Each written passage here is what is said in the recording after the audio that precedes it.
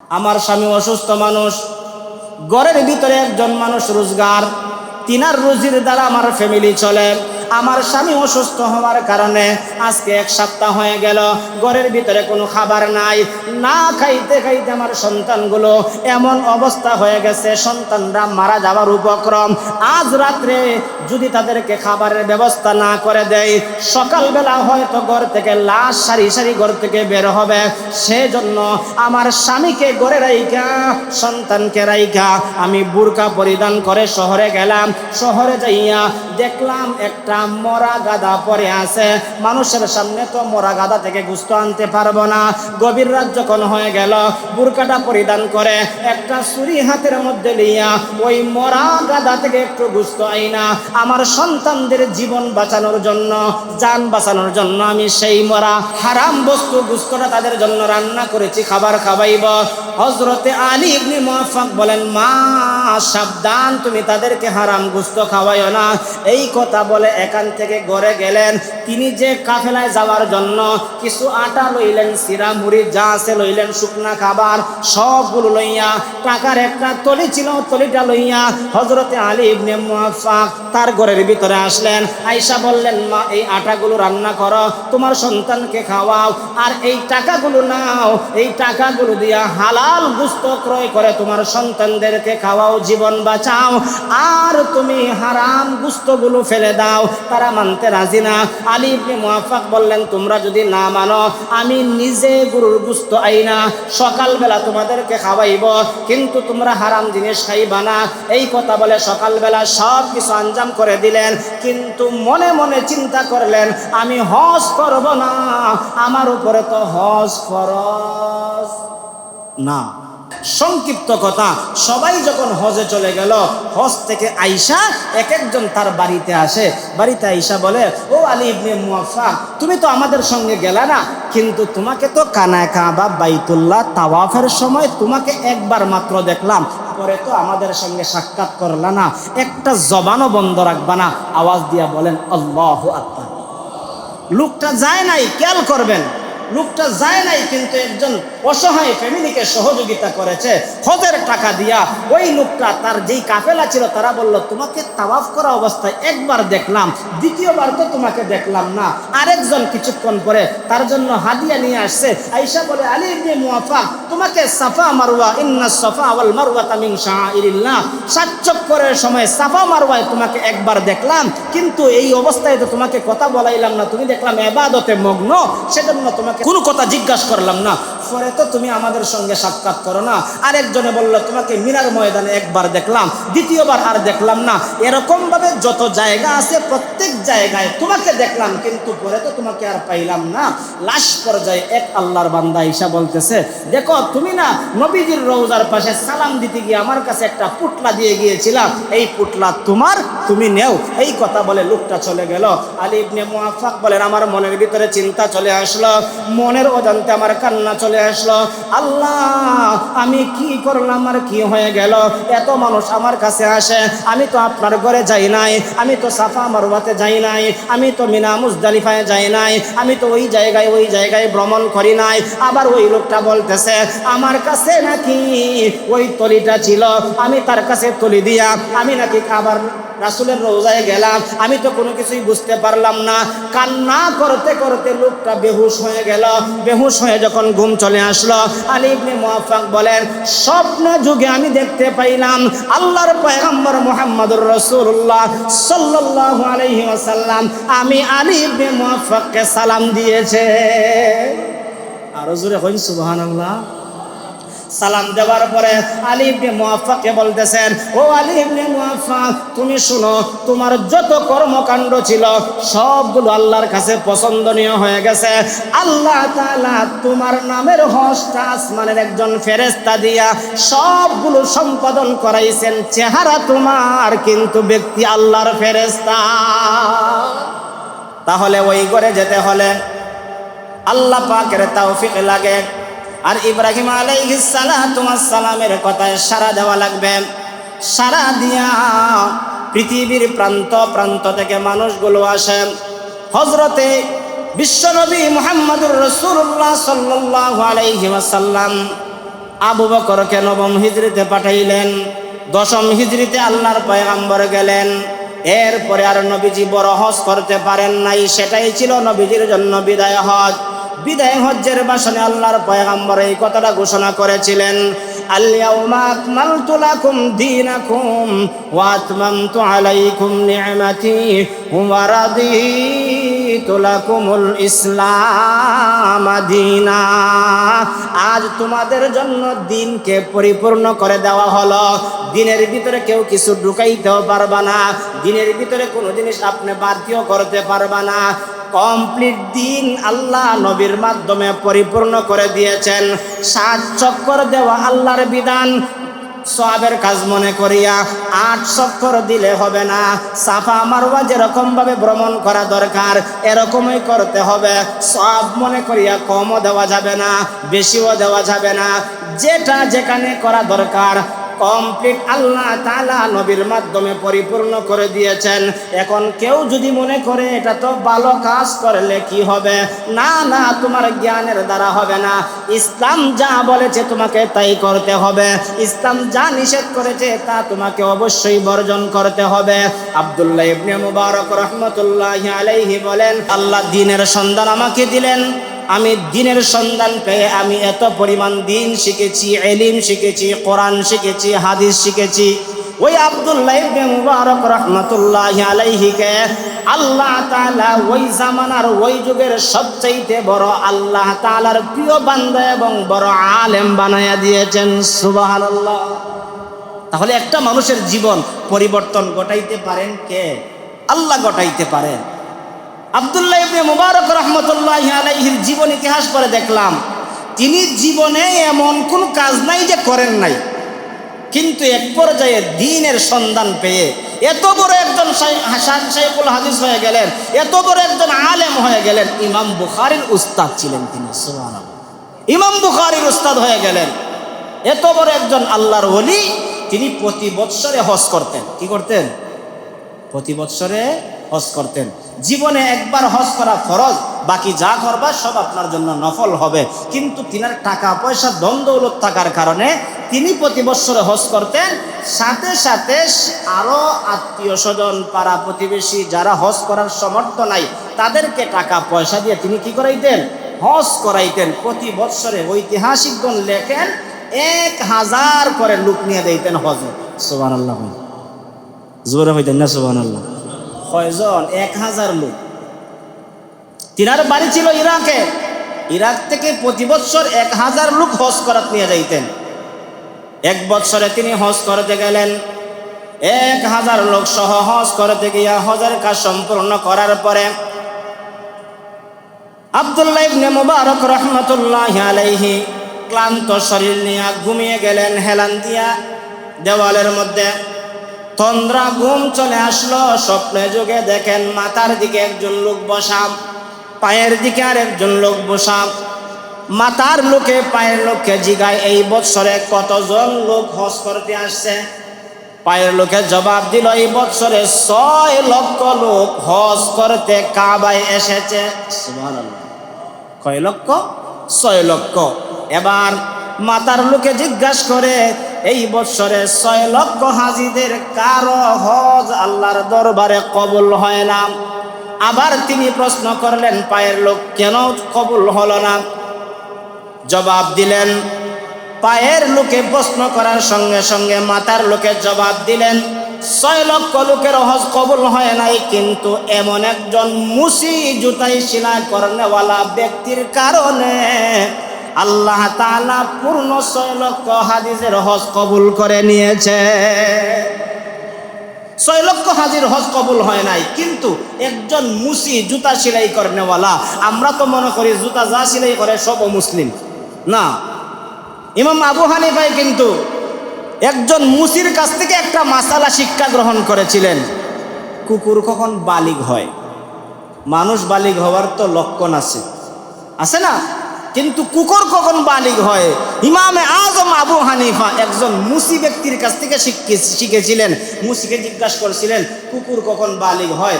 মুসি জবাব দিয়েছিল, কুকুর যখন দেখবেন ঠ্যাং তুলাইয়া প্রস্রাব করে তখন মনে করবেন সে বালিগ হয়ে গেছে। ওই মুসি লোকের কারণে হজ কবুল হয়ে গেছে। এবার পায়ের লোকে মাথার কাছের লোককে জিজ্ঞাসা করে, যেই লোকটা মুসি তার কারণে হজ কবুল হয়েছে, তার বাড়ি কোথায়? মাথার লোকটায় ডাক দিয়া বলে, তার বাড়িটা হলো সিরিয়ায়। বলে তার নাম কি? বলে তার নাম হলো আলী ইবনে মুআফফাক। হযরতে আব্দুল্লাহ ইবনে মুবারক রহমাতুল্লাহি আলাইহির ঘুম ভেঙে গেল। প্রতি বছরে হজ করি, এই বছরে 1000 লোক নিয়ে আসলাম, একজন লোকের হজ কবুল হইল না। নিজেকে অপরাধী মনে করলেন, নিজেকে ছোট মনে করলেন। নিজেকে ছোট মনে করলে বড় বানায়া দেন কে? আরো জোরে বলেন কে? মান তাওয়াযু লিল্লাহ রাফাহুল্লাহ। নিজেকে ছোট মনে করবা, আল্লাহ বড় বানায়া দিবে। আব্দুল্লাহ ইবনে মুবারক চিন্তায় পড়ে গেলেন, 1000 লোক সাথে নিয়ে আসলাম, আমি নিজেও হজ করতে আসলাম, হজ কবুল হলো না। যেই লোকটার মাধ্যমে হজ কবুল হয়েছে অবশ্যই তার কিছু গুণ আছে, যেই গুণের কারণে আল্লাহ কবুল করেছেন। তার সন্ধানে তিনি বের হয়ে যাবেন। 1000 লোককে একত্রিত করলেন, কইরা বললেন, তোমরা যারা এসেছিলাম ইরাক থেকে, তোমরা বাজার থেকে বাজার সদাই কইরা বাড়িতে চলে যাইবা, দেশে চলে যাইবা। আমি কিন্তু বাড়িতে যাব না, আমি যাব এমন একজন ব্যক্তির সন্ধানে, যেই ব্যক্তির দ্বারা আল্লাহ তাআলা 6 লক্ষ ব্যক্তির হজ কবুল করেছেন। এই কথা বলে আব্দুল্লাহ ইবনে মুবারক রাহমাতুল্লাহি আলাইহি মক্কা থেকে সিরিয়ার উদ্দেশ্যে রওনা হয়ে গেলেন। সিরিয়ায় যাওয়ার পরে শহরে যখন তিনি নামলেন, হাজার হাজার তিনার ছাত্র আছে। ছাত্ররা জিজ্ঞাসা করে, হুজুর আপনি তো কাউকে না জানাইয়া আমাদের শহরে চলে আসলেন, যদি আগে বলতেন তাহলে আপনাকে আমরা অভ্যর্থনা জানাইতাম, স্বাগতম জানাইতাম। আব্দুল্লাহ ইবনে মুবারক বলেন, আমি স্বাগতম পাওয়ার জন্য আসি নাই, আমি এসেছি এমন একজন ব্যক্তির তালাশে, যেই ব্যক্তিটাকে না পাওয়া পর্যন্ত আমার অশান্তি, মনটা শান্ত হবে না। আল্লাহু আকবার। যেই ব্যক্তিটা হলেন আলী ইবনে মুআফফাক। এই আলী ইবনে মুআফফাককে তোমরা চিনো? শহরের লোকেরা বলে, না না, এমন নামের কোনো ব্যক্তি তো আমরা শুনি নাই, নামও শুনি নাই, ব্যক্তিকেও চিনি নাই। তিনি মনে মনে ভাবলেন, জ্ঞানী মানুষ, মনে হয় লোকটার বাড়ি শহরে হবে না, গ্রামগঞ্জে হবে, অথবা প্রত্যন্ত অঞ্চলে হবে। এবার তিনি বের হয়ে গেলেন প্রত্যন্ত অঞ্চলে। যাইয়া মানুষকে জিজ্ঞাসা করেন, আলী ইবনে মুআফফাক নামে কোনো ব্যক্তিকে কি চিনো? সবাই ঐক্যবদ্ধ হয়ে বলল, আমাদের এলাকার এমন একজন জীর্ণ শীর্ণ ব্যক্তি আছে, ওই ব্যক্তিটার নাম হলো আলী ইবনে মুআফফাক। আব্দুল্লাহ ইবনে মুবারক বলেন, আমি তো ওই ব্যক্তির সন্ধানে বের হয়েছি, আমি তার কাছে যেতে চাই, তার কাছ থেকে আমি দোয়া নিতে চাই। সুবহানাল্লাহ। যে যের কাছে দোয়া নেওয়া যায়, যে যের কাছে দোয়া চাইতে পারে, আমি আপনার কাছে দোয়া চাইতে পারি, আপনি আমার কাছে দোয়া চাইতে পারেন। বলা যায় না কার দোয়া আল্লাহ কখন কবুল করে। আলী ইবনে মুআফফাক বলেন, আমি হঠাৎ করে দেখি আমার বাড়িতে এমন একজন ব্যক্তি আসছেন, যেই ব্যক্তিকে আমি চিনি না। আব্দুল্লাহ ইবনে মুবারক বলেন, ভাই আপনার নাম নাকি আলী ইবনে মুআফফাক? আলী ইবনে মুআফফাক বলেন, হ্যাঁ আমার নাম হলো আলী ইবনে মুআফফাক। বলে, তোমার এমন কি গুণ আছে যেই গুণের কারণে আল্লাহ তাআলা তোমার উপরে রাজি আর সন্তুষ্ট? এই বছরের সমস্ত হাজিদের হজ কবুল করেছেন। তিনি তো মাথার দিকে তাকায়, পায়ের দিকে তাকায়, কার কাছে কি বলবো, আর কোন আমলটা আল্লাহর কাছে গ্রহণযোগ্য হয়েছে তা তো জানি না। তিনি বললেন, এবার আপনি চিন্তা করবেন না, আপনার মনের ভিতরে যে আমলটা ভালো লেগেছে সেই আমলের কথাটাই আপনি বলুন। এবার আব্দুল্লাহ ইবনে মুবারকের সামনে আলী ইবনে মুআফফাক বলেন, আমার একটা কাজ আছে, যেই কাজের কথা আমি আর কাউকে জানি না, গোটা মাত্র কয়েকজন মানুষ জানে। আমরা কোনো বালা কাজ করলে পরে মাইকিং করি। কি করি? মাইকিং বুঝেননি? হ্যাঁ, আমি এটা করতেছি বা আমি এটা কর্ম আসেনি, মানুষের জানাইবার লাগিয়া, ফুটাইবার লাগিয়া, নিজের অহংকারী দেখাইবার লাগিয়া অনেক কিছু করি, কিন্তু আল্লাহর বান্দা আলী ইবনে মুআফফাক বলেন, আমি তো অনেক কাজ করি, একজন মুসলিম মানুষ সময় পাইলেই আল্লাহর গোলামি করি, আল্লাহকে নিয়ে এরকমভাবে আল্লাহর মহব্বত ভালোবাসা অন্তরে জাগ্রত করতে চাই, কোন আমলের কথা বলবো? হঠাৎ করে তিনি বললেন, এমন একটা গুরুত্বপূর্ণ কাজ আছে, হয়তো ওই কাজের দ্বারা আল্লাহ আমাকে পছন্দ করেছেন, বলে সেই কাজের কথাটাই তুমি আমাকে বলো। আলী ইবনে মুআফফাক বলেন, এই বছর যখন হজের মৌসুম আসলো, এর অনেক দিন আগ থেকে, আমি তো গরিব মানুষ, মুসি মানুষ, সারাদিন যাই ইনকাম করি, ফ্যামিলি চালাই, কিন্তু মানুষ যখন হজ করতে যায়, কাফেলা যখন যায়, মনের ভিতরে একটা আবেগ থাকে, যদি আল্লাহ শক্তি দিত আমিও আল্লাহর ঘরের মেহমান হইতাম, কিন্তু আমার তো কোনো সামর্থ্য নাই। এক পর্যায়ে আমি চিন্তা করলাম, প্রতিদিন যা কাজকর্ম করে, যা ইনকাম কর্ম, একটা বাদ আমি হজে যাওয়ার জন্য রেডি করে রাখবো। এক পর্যায়ে পর্যাপ্ত পরিমাণ আমার টাকা হয়ে গেল, আমি হজের কাফেলার সঙ্গে যোগাযোগ করলাম, তাদের সঙ্গে আমি হজ করতে যাব, কিন্তু আমি যে হজ করতে যাব, যেই পরিমাণ টাকা আছে আমি তাদের সঙ্গে যেতে পারবো, মোটামুটি হজ করে আসতে পারবো। আগামীকাল আমার যাওয়ার কথা, কিন্তু রাত্রিতে আমার স্ত্রী আমার কাছে একটা আবদার করলো। আবদারটা হলো, আমার স্বামী, আমি তো অন্ধসত্ত্বা, আমার যে কোনো সময় সন্তান হবে, আপনি তো হজে চলে যাবেন, আমার মনের একটা ইচ্ছা, গরুর গুস্ত খাইতে আমার মন চাইছে, যদি একটু গুস্তের খাবার আমারে খাওয়াইয়া যাইতেন, আমার মনের আশাটা পুরা হইতো। দেখবেন স্ত্রী অসুস্থ হইলে স্বামীর কাছে চাইলে স্বামী তার আশাটা পূরণ করেনি না করে না করে। আলী ইবনে মুআফফাক বলেন, রাত্র গভীর হয়ে গেছে, এত রাত্রিতে গুস্ত পাবো কোথায়? কিন্তু স্বামীর কথা রক্ষা করতে গিয়া ঘরের ভিতর থেকে ব্যাগ নিলেন, ব্যাগ নিয়ে বের হয়ে গেলেন গুস্তের জন্য। এত রাত্রে গুস্ত পাবেন না, স্ত্রীকে সান্ত্বনা দেওয়ার জন্য বের হয়ে গেলেন। বের হইয়া একটা বাড়ি অতিক্রম কইরা 2 নম্বর বাড়ির কাছে যখন গেলেন, তখন অনুভব করলেন এই ঘর থেকে গুস্তের একটা গ্রান চলে আসছে। তিনি এখানে স্টপ হয়ে গেলেন। স্টপ হয়ে বললেন, এই ঘরের ভিতরে খেয়ে আছো, মনে হয় তোমরা গুস্ত রান্না করেছো, রাত্রে বেলায় তো আমি গুস্ত পাবো না, তোমাদের ঘরে যদি রান্না করা গুস্ত থাকে, এক প্লেট গুস্ত আমাকে দাও, আমি সকালবেলা তোমাদেরকে ফেরত দিয়ে দিব। তারা বলল, এই গুস্ত আমাদের জন্য হালাল, তুমি আলী ইবনে মুআফফাকের জন্য হালাল না। তিনার ভিতরে সন্দেহ ঢুকলো, মুসলমানের জন্য যেটা হালাল সবার জন্য সেটা হালাল, তো তুমি ঘরের ভিতরে লোকের জন্য হালাল, আমার জন্য হারাম হবে কেন? তার কারণটা কি? বিস্তারিত তুমি আমাকে বলো। সংক্ষিপ্ত কথা, আলী ইবনে মুআফফাক বললেন, ও মা, তুমি ঘর থেকে আওয়াজ দিয়েছো, তোমার আওয়াজটা শুনেছি, কিন্তু তোমার জন্য হালাল আমার জন্য হারাম, তার কারণটা কি? এবার তিনি বলতে আরম্ভ করলেন, আমার স্বামী অসুস্থ মানুষ, ঘরের ভিতরে একজন মানুষ রোজগার, তিনার রুজির দ্বারা আমার ফ্যামিলি চলে। আমার স্বামী অসুস্থ হওয়ার কারণে আজকে 1 সপ্তাহ হয়ে গেল, ঘরের ভিতরে কোনো খাবার নাই, না খাইতে খাইতে আমার সন্তানগুলো এমন অবস্থা হয়ে গেছে, সন্তানরা মারা যাওয়ার উপক্রম। আজ রাত্রে যদি তাদেরকে খাবারের ব্যবস্থা না করে দেয়, সকালবেলা হয়তো ঘর থেকে লাশ সারি সারি ঘর থেকে বের হবে। সেজন্য আমার স্বামীকে ঘরে রাইখা, সন্তানকে রাইখা আমি বুরকা পরিধান করে শহরে গেলাম।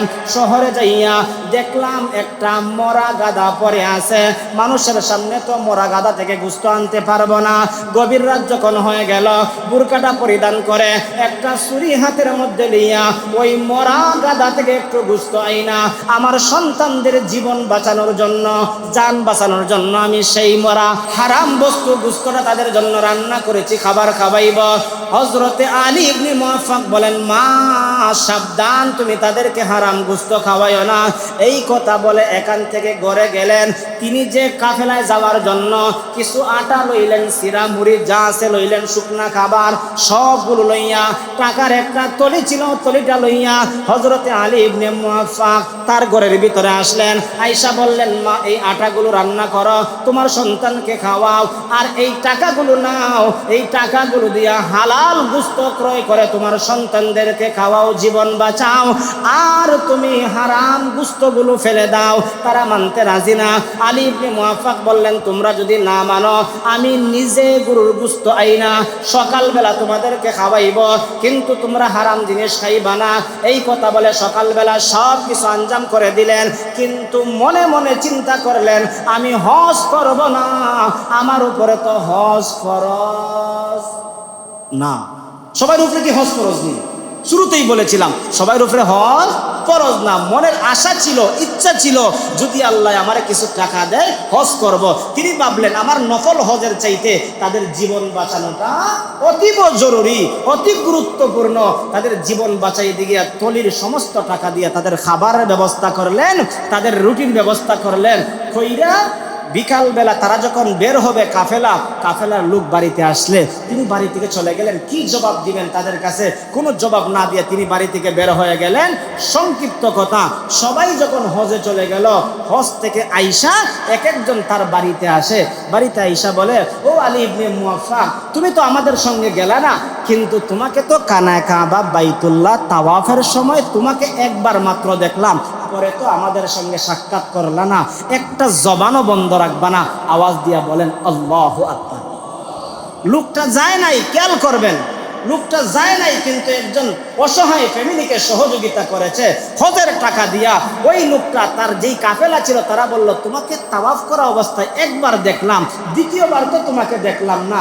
আরেকজন কিছুক্ষণ পরে তার জন্য হাদিয়া নিয়ে আসছে। আয়েশা বলে, আলী ইবনে মুআফফাক, তোমাকে সাফা মারওয়া, ইন্নাস সাফা ওয়াল মারওয়াতা মিন শাআইরিল্লাহ, 7 চক্করের সময় সাফা মারওয়ায় তোমাকে একবার দেখলাম, কিন্তু এই অবস্থায় তো তোমাকে কথা বলাইলাম না, তুমি দেখলাম ইবাদতে মগ্ন, সেজন্য তোমাকে কোনো কথা জিজ্ঞাসা করলাম না। পরে তো তুমি আমাদের সঙ্গে সাক্ষাৎ করো না। আরেকজনে বলল তোমাকে মিনার ময়দানে একবার দেখলাম, দ্বিতীয়বার আর দেখলাম না। এরকম ভাবে যত জায়গা আছে প্রত্যেক জায়গায় তোমাকে দেখলাম, কিন্তু পরে তো তোমাকে আর পাইলাম না। লাস্ট পর্যায়ে এক আল্লাহর বান্দা ঈসা বলতেছে, দেখো তুমি না নবীজির রওজার পাশে সালাম দিতে গিয়ে আমার কাছে একটা পুটলা দিয়ে গিয়েছিলাম, এই পুটলা তোমার, তুমি নেও। এই কথা বলে লোকটা চলে গেল। আলী ইবনে মুআফফাক বলেন, আমার মনের ভিতরে চিন্তা চলে আসলো, মনের অজান্তে আমার কান্না চলে আসলো। আল্লাহ, আমি কি করলাম, আর কি হয়ে গেল? এত মানুষ আমার কাছে আসে, আমি তো আপনার ঘরে যাই নাই, আমি তো সাফা মারওয়াতে যাই নাই, আমি তো মিনা মুজদালিফায় যাই নাই, আমি তো ওই জায়গায় ভ্রমণ করি নাই। আবার ওই লোকটা বলতেছে আমার কাছে নাকি ওই তলিটা ছিল, আমি তার কাছে তলি দিয়া আমি নাকি আবার রাসূলের রওজায় গেলাম, আমি তো কোনো কিছুই বুঝতে পারলাম না। কান্না করতে করতে লোকটা বেহুশ হয়ে গেল। বেহুশ হয়ে যখন ঘুম চলে আসলো, আলী ইবনে মুআফফাক বলেন, স্বপ্ন যুগে আমি দেখতে পাইলাম আল্লাহর পয়গম্বর মুহাম্মদুর রাসূলুল্লাহ সাল্লাল্লাহু আলাইহি ওয়াসাল্লাম আমি আলী ইবনে মুআফফাককে সালাম দিয়েছে। আরো জোরে কইন সুবহানাল্লাহ। সালাম দেওয়ার পরে আলী ইবনে মুআফফাককে বলতেছেন, ও আলী ইবনে মুআফফাক, তুমি শুনো, তোমার যত কর্মকাণ্ড ছিল সবগুলো আল্লাহর কাছে পছন্দনীয় হয়ে গেছে। আল্লাহ তাআলা তোমার নামের হজটা আসমানের একজন ফেরেশতা দিয়া সবগুলো সম্পাদন করাইছেন। চেহারা তোমার, কিন্তু ব্যক্তি আল্লাহর ফেরেশতা। চেহারা তোমার, কিন্তু ব্যক্তিকে ফেরেশতা। ফেরেশতায় তোমার জায়গা থেকে তাওয়াফ করলো, মিনায় গেল, মুজদালিফায় গেল, সাফায় গেল, মারওয়ায় গেল, মাথা মুন্ডাইল, সব জায়গায় গেল। 2 নম্বরে নবীজি বলতেছেন, তোমার 2 নম্বরের যেই কাজটা, আল্লাহ তাআলা তুমি আলী ইবনে মুআফফাকের এই অসহায়ের সহযোগিতা করার কারণে, হজে না যাওয়ার কারণে আল্লাহ তাআলা তোমার বদৌলতে ওই জামানার 6 লক্ষ হাজিদের হজ আল্লাহ কবুল করে নিয়েছে। 3 নাম্বার হলো, আল্লাহ তাআলা তুমি যেই জায়গায় আল্লাহর রাস্তায় একজন অসহায়কে সহযোগিতা করেছিলা, আল্লাহ তাআলা উপহার স্বরূপ তোমাকে এই তলির ভিতরে তার চাইতে দ্বিগুণ আল্লাহ তাআলা তোমার জন্য একটা হাদিয়া আল্লাহ পাঠাইছে, তুমি সেটা গ্রহণ করো। আলী ইবনে মুআফফাক বলেন, আমার ঘুম ভেঙে গেল, ঘুম থেকে বের করে দেখি এই তলির ভিতরে আল্লাহ তাআলার প্রদত্ত স্বর্ণের একটা বড় চাকা। সুবহানাল্লাহ। ও ভাই, এজন্য টাকা থাকলে হজ করা যায় না, আর হজ করতে হলে নিয়ত টাকা লাগে সহি, আর সহি নিয়ত যদি হয় আল্লাহ তাআলা আপনার হজ কবুল করেন। সংক্ষিপ্ত কথা, লম্বা হয়ে গেছে ঘটনা বলার কারণে 1 মিনিটে কথাটা শেষ করি। আল্লাহর পয়গম্বর মুহাম্মদুর রাসূলুল্লাহ বলেন, আল্লাহর জন্য যদি, কার জন্য? জোরে আওয়াজ দিয়ে বলেন, কার জন্য? আল্লাহর জন্য যদি কেউ হজ করতে পারে, আল্লাহর পয়গম্বর বলেন, মান হাজ্জা লিল্লাহি ফালাম ইয়ারফাস ওয়ালাম ইয়াফসুক রাজাআ কায়াউমিন ওয়ালাদাতহু উম্মু। আল্লাহর পয়গম্বর বলেন, কেউ যদি আল্লাহর জন্য হজ করতে যায় আর গুনাহ থেকে, অন্যায় কাজ থেকে, গালিগালাজ থেকে নিজেকে নিয়ন্ত্রণ রাখতে পারে, তার জন্য আল্লাহর পয়গম্বর বলেন হজটা আল্লাহ এমনভাবে কবুল করে নেন যেরকমভাবে একটা মার ঘরে সন্তান জন্ম নিলে তার যেরকম গুনাহ থাকে না, একজন হাজিদের হজ আল্লাহর দরবারে যখন কবুল হয়ে যায় তারও এরকমভাবে কোনো গুনাহ থাকে না। এরকমভাবে হজ করা আমাদের দরকার। আমরা এমন হজ করি যে হজের শুধুমাত্র শুরুতে আলহাজ হজি এগুলো লাগে, কিন্তু প্রকৃত অর্থে আমার হজ কবুল হয়েছে কিনা কোনো গ্যারান্টি। আরো জোরে কইন। হ্যাঁ, যখন আমি বলি লাব্বাইক আল্লাহুম্মা লাব্বাইক লাব্বাইক লা শারীকা লাকা লাব্বাইক, আল্লাহর পক্ষ থেকে আওয়াজ আসে লাব্বাইক ইয়া আবদি, হে আমার বান্দা আমি তোর ডাকে সাড়া দিলাম। আরো জোরে কইন না সুবহানাল্লাহ। আর যদি হজ কবুল হয় না, হারাম টাকা হারাম উপার্জন থাকে, আপনি যখন বলবেন লাব্বাইক, আকাশ থেকে আসবে লা লাব্বাইক, তোর ডাকে আমি হাজির হব না। এজন্য দোস্ত, আল্লাহর ঘরের মেহমান যেন আল্লাহ আমাদের সবাইকে কবুল করেন। আরো জোরে বলেন আমিন। টাকা থাকলেই না, নিয়ত করেন। মুসি ব্যক্তি যদি নিয়ত করে আল্লাহ তার হজ কবুল করতে পারে, আমার আপনার নিয়তকেও আল্লাহ কবুল করতে পারেন কি পারেন না? নিয়ত সহি লাগবে। নিয়ত কি লাগবে? সহি লাগবে। আল্লাহ তাআলা যেন বলনেওয়ালা আমাকে, শুননেওয়ালা আপনাদের সবাইকে জীবনে একবার হলেও হজ্জে মাবরুর নসিব করেন। দিল থেকে আওয়াজ দিয়া বলুন আমিন। আরো জোরে বলেন আমিন। আল্লাহ তাআলার ঘরে যাইতে কার না মনে চায়? যারা যাচ্ছে, যারা যাবে, শেষ পর্যন্ত যারা পৌঁছবে, আল্লাহ তাআলা যেন তাদের সঙ্গে আমাদের দোয়াকেও যেন আল্লাহ কবুল করেন। আবার বলি আমিন। সবাই দুরূদ শরীফ পড়ি। সাল্লাল্লাহু আলা সাইয়্যিদিনা ওয়া মাওলানা মুহাম্মদ ওয়া আলা আলিহি ওয়া আসহাবিহি ওয়া সাল্লাম। আস্তাগফিরুল্লাহ ইন্নাল্লাহা গফুরুর রহিম। আস্তাগফিরুল্লাহ আল্লাযী লা ইলাহা ইল্লা হুয়াল হাইয়ুল কাইয়্যুম ওয়া আতুবু ইলাইহি। লা হাওলা ওয়ালা কুওয়াতা ইল্লা বিল্লাহিল আলিয়্যিল আযীম। লা ইলাহা ইল্লাল্লাহু মুহাম্মাদুর রাসূলুল্লাহ সাল্লাল্লাহু আলাইহি ওয়াসাল্লাম। একজন আল্লাহর বান্দা অসুস্থ, বেমারি, দোয়া চাইছেন আল্লাহ তাআলা যেন বেমারিকে শিফা দান করেন, আল্লাহ তাআলা যেন সুস্থতার জিন্দেগি দান করেন। আরেকজন আল্লাহর বান্দি বিদেশে যাওয়ার জন্য কাগজপত্র জমা দিয়েছেন, আল্লাহ তাআলা যেন কামিয়াবি দান করেন। আল্লাহ তাআলা যেন বান্দির মনের নেক আশারে আল্লাহ তাআলা পুরা করেন। যত সমস্যা আছে গাইবী খাজানা থেকে যেন আল্লাহ তাআলা সমাধান করে গন্তব্যস্থান পর্যন্ত পৌঁছার তৌফিক দান করেন। আমরা সবাই সবার জন্য দোয়া করব, বিশেষ করে বিশ্ব মুসলিমের জন্য দোয়া করব। নির্যাতিত মুসলমান যেই দেশের মধ্যে আছে, আল্লাহ তাআলা যেন নির্যাতিত মুসলমানদেরকে যেন আল্লাহ তাআলা হেফাজত করেন। আজকে আমরা শান্তিতে মুসলমানরা নামাজ পড়তেছি বাংলাদেশে, আমাদের পার্শ্ববর্তী দেশের মুসলমানরা শান্তিতে মসজিদে গিয়েও নামাজটা পড়তে পারে না। আল্লাহ যেন জালেমের হাত থেকে মজলুমদেরকে হেফাজত করেন, বলেন আমিন। আলহামদুলিল্লাহি রাব্বিল আলামিন। রব্বানা আতিনা ফিদ দুনিয়া হাসানা ওয়া ফিল আখিরাতি হাসানা ওয়া কিনা আযাবান নার। আল্লাহুম্মা ইগফির লানা ওয়া লিওয়ালিদাইনা রব্বিরহামহুমা কামা রব্বায়ানি সগীরা। ইয়া হাইয়্যু ইয়া কাইয়্যুম ইয়া যাল জালালি ওয়াল ইকরাম। মাওলাই কারীম, আল্লাহ আমাদের আজকের আয়োজনকে কবুল করে নাও। এই মুহূর্তে আমরা যারা জুমার নামাজ আদায় করতে এসেছি, আমাদের প্রত্যেকের তামাম জিন্দেগির সমস্ত গুনাহগুলোরে মাফ করে দাও।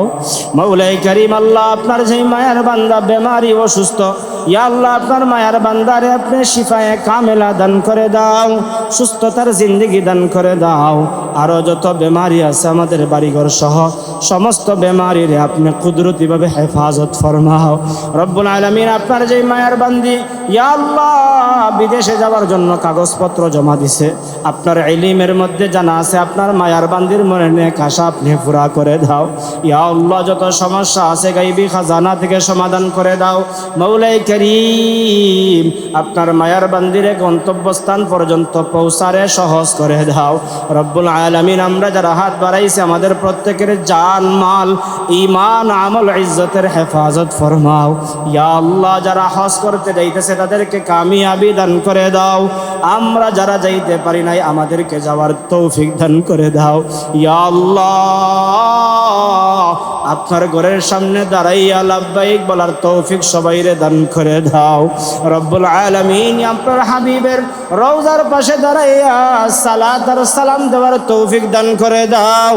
ইয়া আরহামার রাহিমিন, ইয়া আকরামাল আকরামিন, বিশ্ব নির্যাতিত মুসলমানদেরকে হেফাজত ফরমাও। ইয়া আল্লাহ, মুসলমানের জান মালের হেফাজত ফরমাও। তামাম পৃথিবীর সমস্ত মাসাজিদ, তামাম পৃথিবীর সমস্ত মাকাতিবগুলোর হেফাজত ফরমাও। আল্লাহ, ইসলামকে নিয়ে যারা ষড়যন্ত্র করে, ইয়া আল্লাহ মুসলমানদেরকে নিয়ে যারা ষড়যন্ত্র করে তাদেরকে হেদায়েত দান করে দাও। ইয়া আল্লাহ, যদি তাদের কপালে হেদায়েত না থাকে আপনার কুদরতি হাত দ্বারা তাদেরকে দমন করে দাও। রব্বানা তাকাব্বাল মিন্না ইন্নাকা আনতাস সামিউল আলিম ওয়া তুব আলাইনা ইয়া মাওলানা ইন্নাকা আনতাত তাওয়াবুর রহিম। আমিন আমিন বিরহমাতিকা ইয়া আরহামার রাহিমিন।